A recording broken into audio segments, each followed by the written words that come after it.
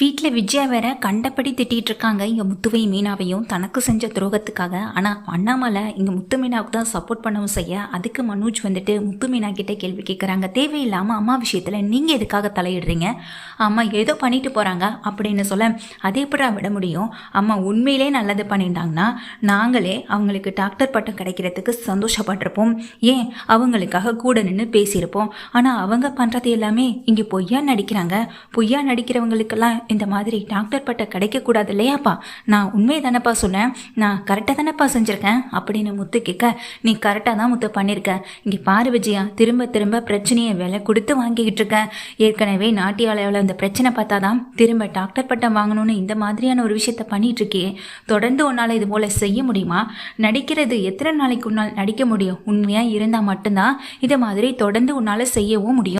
ஆனால் நீ தான் உண்மையாகவே இல்லையே விஜயா அப்படின்னு அண்ணாமலையும் சொல்ல, நிறுத்துங்கங்க, என்னால் உங்களுக்கு பெருமை சேர்க்கணும்னு நான் நினச்சது தப்பா அப்படின்னு சொல்ல, பெருமை சேர்க்கறதுக்கு நடிக்கணும்னு அவசியம் இல்லையே அப்படின்னு சொல்லும்போது, ஆண்டி நீங்கள் பண்ணுற காமெடிக்கு அளவே இல்லாமல் போயிட்டுருக்கு அப்படின்னு சொல்ல, ஸ்ருதி இது காமெடியாக நினச்சா காமெடி விபரீதமாக எடுத்துக்கிட்டோன்னா அப்புறம் பெரிய பிரச்சனையாக கூட போய் முடியும்னு சொல்ல, மீனா சொல்கிறதான் சரி. நாளை பின்ன அம்மா பற்றின உண்மையான ஒரு கேரக்டர், அம்மாவுடைய இந்த கேரக்டரை அவங்க தெரிஞ்சுக்கிட்டாங்கன்னா அப்புறம் அவங்களே அசிங்கப்படுத்த மாட்டாங்களான்னு சொல்ல, அதுக்கு விஜயா கேட்குறாங்க, இன்னைக்கு அவமானப்பட்டதே உங்கள் 2 பேரால் தானேன்னு சொல்ல, இல்லத்த எங்களால் கிடையாது, அது உங்களால் தான் அப்படின்ற மாதிரி சொல்லவும் செய்கிறாங்க. வீட்டில் அப்பப்போ அம்மா பண்ணுறதுக்கு எங்களுக்கு சந்தேகம் இருந்தது, அதனால தான்ப்பா நாங்களும் பின்தொடர்ந்து அம்மாவை இப்படியெல்லாம் கண்காணிச்சோம். அவங்க நிஜத்தில் இப்படி கிடையாதுப்பா அப்படின்னு சொல்ல, நீ தேவையில்லாமல் முத்து மீனா மேலே கோவப்படாமல் எது உண்மையோ அது போல் இருக்க பழகு. பொய்யா எத்தனை நாளைக்கு உன்னால் நடிக்க முடியும் அப்படின்னு சொல்ல, ஒருத்தன் இங்கே வாழ்க்கை முழுக்கவே நடிச்சிட்டு இருக்கான் அப்படின்னு மனோஜை வந்துட்டு சுட்டி காட்டி பேசுகிறாங்க எங்கள் முத்துவும். முத்து மீனா மேலே கோவத்தோட எங்கள் வன்மத்தை கைக்கிட்டு இருக்காங்க எங்கள் ரோஹிணியும் சரி, அங்கே மனோஜும் சரி. மனோஜ் ரோஹிணி 2 பேரும் பேசுகிறத பார்த்தா இங்கே மீனாவுக்கு கோவம் வரத்தான் செய்யுது. இங்கே பாருங்கங்க, உங்களை மாதிரியே இங்கே அத்தையும் இருக்கணும்னு ஆசைப்படாதீங்க. நீங்கள் இந்த வீட்டில் போய் சொல்லி எல்லாரையும் ஏமாத்துற மாதிரி அத்தையும் அப்படியே இருந்துட்டா நல்லதுன்னு நினைக்கிறீங்களா? அத்தைக்கு ஒரு பிரச்சனைனா அதை நம்ம வீட்டில் இருக்கவங்க சமாளித்து தானே ஆகணும். பின்னாடி எந்த பிரச்சனையும் வந்துடக்கூடாதுன்னு தாங்க நாங்கள் உண்மையை சொன்னோம், சரிங்களா? இதுக்கப்புறமா இதை பற்றி எதுவுமே நீங்கள் பேசாதீங்க அப்படின்னு சொல்ல, மனோஜ் ரோஹிணி 2 பேருமே வாயடைச்சு போய் நிற்கவும் செய்கிறாங்க. அப்போ தான் வீட்டுக்குள்ளே மல்லிகான்றவங்க போலீஸோட வராங்க. போலீஸோட அவங்க என்ட்ரி கொடுத்ததை பார்த்ததுமே இங்கே பயங்கர அதிர்ச்சி ஆகுது. வீட்டில் இருக்க அத்தனை பேருக்கும் வாங்க அப்படின்னு இங்கே கூப்பிடவும் செய்ய, அண்ணாமலைக்கு அப்போ தான் விஷயம் தெரியுது வந்திருக்காது. மல்லிகான்னு, என்ன போலீஸோட வந்திருக்கீங்க மீனாவும் முத்துவும் கேட்க, நான் ஆரம்பத்தில் இதை சின்ன விஷயமாக தான் எடுத்துக்கிட்டேன், ஆனால் போக போக இதே மாதிரி பல பேர் ஏமாற்ற மாட்டாங்கன்னு என்ன நிச்சயம்? ஏன்னா டாக்டர் பட்டம் கிடைக்கணும்னு பல பேர் இந்த மாதிரி ஆரம்பிக்க மாட்டாங்களா என்ன? இன்னைக்கு இவங்க பண்ண விஷயத்தை பார்த்து நாளைக்கு 4 பேர் பண்ண மாட்டாங்கன்னு என்ன நிச்சயம்? அதனால தான் நான் போலீஸில் கம்ப்ளைண்ட் பண்ணிட்டேன் இப்போ இவங்க மேலே சொல்லும்போது, என்ன மேடம் நீங்கள் நாங்களே நேரடியாக உண்மையை வந்து சொல்லி டாக்டர் பட்டம்லாம் கிடைக்க வேண்டான்றதுக்காக தானே நாங்கள் அதை பண்ணோன்னு சொல்லும்போது, அதுக்காக ஒரு வயசானவர்கிட்ட இப்படி தான் நடந்துப்பாங்களா? இவங்க நடிப்புக்கு ஒரு அளவே இல்லையா? எத்தனை போய் எம்மாடியோ, இதெல்லாம் நான் இது வரைக்கும் கேள்விப்பட்டது கூட இல்லை. என்கிட்ட வரவங்க பல பேருக்கு நான் பரிந்துரை பண்ணியிருக்கேன், ஆனால் இந்த மாதிரி ஒருத்தவங்களை நான் வாழ்க்கையில் பார்த்ததே இல்லை. வாயை திறந்தாலே பொய் பித்தலாட்டமாக இருக்கு. இந்த அம்மாவுக்கு வேற வேலையே இல்லையா? வேற வகையில் உங்களால் நல்ல பேர் எடுக்கவே முடியாதா? இதே விஷயத்தை நீங்கள் உண்மையாக பண்ணிட்டீங்கன்னா நாங்களே உங்களை பாராட்டியிருப்போம் மேடம். ஆனால் நீங்கள் அப்படி உண்மையாக இருக்க முடியலையே. அப்படிப்பட்ட உங்களுக்கு எதுக்கு டாக்டர் பட்டம் அப்படின்னு சொல்லி திட்டவும் செய்கிறாங்க. சார், நான் சொன்ன லேடியே இவங்க தான், முதல்ல இவங்களை கூட்டிகிட்டு போங்க சார்னு சொல்ல, சார் அதெல்லாம் ஒன்றும் வேணாம் சார், அம்மாவே அவங்க பண்ண தப்பை நினச்சி மறந்துட்டாங்க சார், தயவு செஞ்சு விட்டுருங்க சார் அப்படின்னு இங்கே முத்து தான் கெஞ்சுறாங்க. பாத்தியம்மா, எல்லா வேலையும் பார்த்துட்டு எப்படி நிற்கிறான் பாரு, கெஞ்சுற மாதிரி நடிச்சிட்டு இருக்காமா அப்படின்னு மனோஜ் சொல்ல, இதை பார்த்துட்டு மீனா முறைக்கவும் செய்கிறாங்க. சார், அவங்க பண்ண தப்பை அவங்க மறந்துட்டாங்க சார், அவங்க பண்ண தப்ப அவங்க உணர்ந்துட்டாங்க சார், தயவு செஞ்சு விட்டுருங்க சார் இங்கே கூடவே நின்று மீனாவும் கெஞ்சுறாங்க. போலீஸ் பக்கத்தில் வராங்க. விஜயா பயந்து போய் நின்றுட்டுருக்காங்க. அண்ணாமலையும் பார்த்துட்டு இருக்கும்போது, வயசில் பெரியவங்க தானம்மா நீங்கள், இப்படியெல்லாம் பண்ணலாமா? பொய் சொல்லி ஏமாத்துறது தப்பில்லை. 3 பசங்க 3 மருமகளுங்கன்னு ஒன்றா குடும்பமாக வாழ்ந்துட்டு இருக்கீங்க.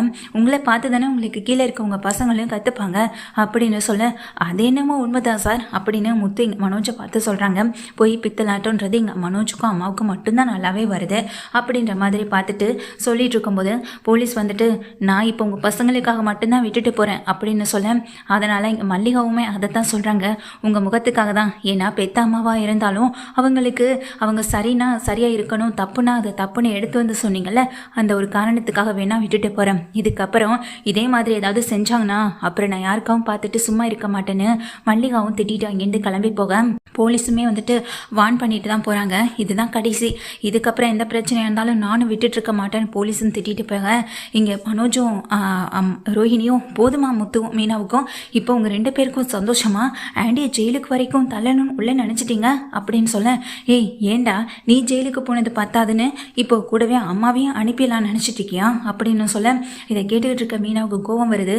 தப்பு செஞ்சவங்க யாராக இருந்தாலும் போலீஸ் வந்து கேள்வி கேட்க தானே செய்வாங்க, தப்பை மறைச்சி இத்தனை வருஷமாக இந்த வீட்டில் இருக்கவங்க எத்தனையோ பேர் இருக்காங்க அப்படின்னு சொன்னதோ, என்ன சொல்கிறீங்க யாரை சொல்கிறீங்க அப்படின்னு இங்கே உடனே ரோஹிணி பிரச்சனையும் பண்ண, நான் யாரையும் குறிப்பிட்டுலாம் சொல்லலைங்க, வேணா நேரடியாகவே என்னால் சொல்லவும் முடியும், என் புருஷனுக்காக மட்டும்தான் நான் பொறுத்து போயிட்டுருக்கேன், எல்லா நேரமும் நான் அமைதியாலாம் இருக்கவும் மாட்டேன் அப்படின்னு சொல்ல, அத்தை நீங்கள் பண்ணது தப்பு, இப்போவும் அதை தான் சொல்கிறோம், ஆனால் அதுக்காக உங்களை போலீஸ் ஸ்டேஷன் வரைக்கும் அனுப்பணுன்ற எண்ணம்லாம் எங்களுக்கு கிடையாது, அவங்க கோவத்தில் கம்ப்ளைண்ட் கொடுத்துட்டாங்க, இப்போ அதை வேண்டாம்னு சொல்லி வாபஸ் வாங்கணும்னு சொல்லிட்டாங்க, இதுக்கப்புறம் அதை பண்ணணும் இதை பண்ணணும்னு சொல்லி பிரச்சனையில் சிக்காமல் இருங்க அப்படின்னு சொல்லி இங்கே மீனாவும் சொல்ல, இதை கேட்டுட்டு இருக்க அண்ணாமலையும் இனிமேலாவது இங்கே முத்து மீனா சொல்கிறத கேட்டு நடந்துக்கோன்னு சொல்ல, நான் அவங்க சொல்கிறத கேட்டு நடக்கணுமா, நான் என்ன அவங்க வச்சு வேலையாலாம் இல்லை, இது என்ன அவங்க வீடா அப்படின்னு சொல்ல, ஆனால் உனானா வீட்டிலே வந்து நில்லுங்க ஆண்டி நீங்கள் அப்படின்னு சொல்லி இங்கே ஸ்ருதி அங்கே நின்றுட்டு இருக்க விஜயாவை பார்த்து திட்டம், விஜயா எதுவுமே பேச முடியாமல் முறைச்சிட்டு நிற்கிறாங்க. இங்கே முத்துவையும் மீனாவையும், முத்துவும் மீனாவும் கடைசி ஒரு விஷயத்த மட்டும் சொல்லிட்டு போகிறோமா, நீங்கள் நல்லதுன்னு நினச்சி 4 பேருக்கு உண்மையாக செய்யுங்க, அப்போது நீங்கள் தேடி போகிறத விட உங்களை தேடிய அந்த நல்ல விஷயம் கண்டிப்பாக ஒரு நாள் வந்து நடக்கும் அப்படின்னு முத்துவும் சொல்ல, மீனாவும் பார்த்துட்ருக்காங்க. ஆனால் இதெல்லாம் நடக்கலையேன்னு ஒரு வெறுப்பு கோவம் எல்லாமே எங்கள் விஜயாவுக்கு இருக்க தான் செய்யுது.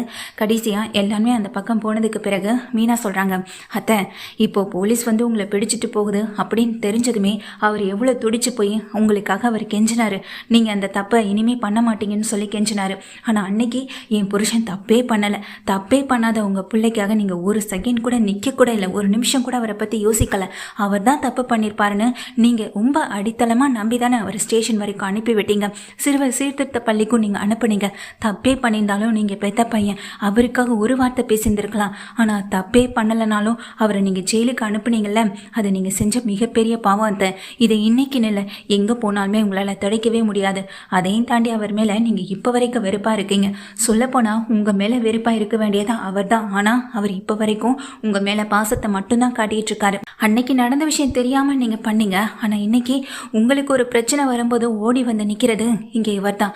ஏன் உங்களுக்காக மனோஜோ இல்லை ரோஹிணியோ ஏதாவது போலீஸ்கிட்ட கெஞ்சினாங்களா, இல்லை உங்களுக்காக ஏதாவது பேசினாங்களா, அந்த கேப்பில் அவரை பற்றி தப்பாக தானே பேச செஞ்சாங்க, இனிமேலாவது புரிஞ்சுக்கோங்க உங்களை சுற்றி இருக்கவங்க யார் நல்லவங்க யார் கெட்டவங்கன்னு அப்படின்னு இங்கே மீனா வந்து திட்டவும் செய்கிறாங்க. திட்டிட்டு அவங்களும் போக விஜயாவுக்கு ஒரு மாதிரி பதட்டமாகவே இருக்குது. போலீஸ் வீட்டுக்கு வந்துட்டு போனதை நினச்சி, அதே போல் முத்துவுக்கு செஞ்ச துரோகத்தை நினச்சும் இங்கே விஜயா வருத்தத்தோடு நிற்க தான் செய்கிறாங்க.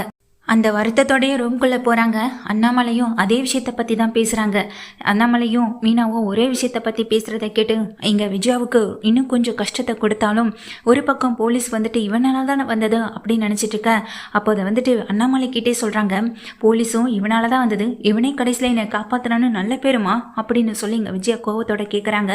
அதுக்கு அண்ணாமலை சொல்கிறாங்க, அன்னைக்கு போலீஸ் வந்தது உன்னால தானே விஜயா, நீ மட்டும் அன்னைக்கு முத்துவுக்காக ஒரு வார்த்தை அவன் அப்படி பண்ணியிருக்க மாட்டான், அவன் என்னுடைய பையன், நிச்சயமாக இது யாரோ ஒருத்தவங்க பண்ணியிருக்கணும், அதை நீங்களே விசாரிங்க சார், விசாரணை இல்லாமல் ஒரு பையனை நீங்கள் கூட்டிகிட்டு போகிறது தப்புன்னு சொல்லியிருந்தா அன்னைக்கு போலீஸ் அவ்வளோ தூரம் வந்திருக்க மாட்டாங்கல்ல, பெத்த அம்மாவே இங்கே பெத்த பையனை பற்றி இப்படி ஒரு வார்த்தையை சொல்லும்போது அப்புறம் கேட்குறவங்களுக்கு அது உண்மை தானே தோணும். ஏன் விஜயா, அன்னைக்கு நீ அந்த தப்பு செஞ்ச, ஆனால் இன்னைக்கு உன் பிள்ளை முத்து உனக்கு அந்த தப்பை செய்யலை, பாத்தியில இதுதான் உனக்கும் அவனுக்கு இருக்க வித்தியாசம், இன்னமும் நீ அவனை புரிஞ்சுக்கலனா அப்படின்னு சொல்லி இங்கே அண்ணாமலை விஜயாவை பார்க்க, விஜயா வேற வார்த்தைகள் எதுவுமே பேச முடியாம தலை குனிஞ்சு நின்றுட்டு இருக்காங்க. இங்க முத்துவும் மீனாவும் ஒரு வழியா அம்மாவை இந்த பிரச்சனையிலேருந்து காப்பாத்தியாச்சு, இதுவே இந்த பிரச்சனை இதுக்கு அப்புறமா வந்திருந்தா கொஞ்சம் யோசிச்சு பாரு அப்படின்னு சொல்ல, ஆமாங்க இப்போதைக்கு தெரிஞ்சதுனால சரி, ஒருவேளை டாக்டர் பட்டம் அப்படி இப்படின்னு சொல்லி இது அந்த எல்லை வரைக்கும் பேருந்து அந்த அம்மாவுக்கு தெரிய வந்திருந்ததுன்னா பிரச்சனை வேற மாதிரி கூட போயிருக்கும்ல, ஏன்னா பொய் சொல்லி ஏமாத்தி டாக்டர் பட்டம் வாங்கியிருக்காங்கன்னு சொல்லி என்ன கேஸ் வேணாலும் போட்டு எங்கள் அத்தையை உள்ள தள்ளியிருப்பாங்கல்ல அப்படின்னு மீனா முத்துக்கிட்ட பேசிக்கிட்டு இருக்கேன்.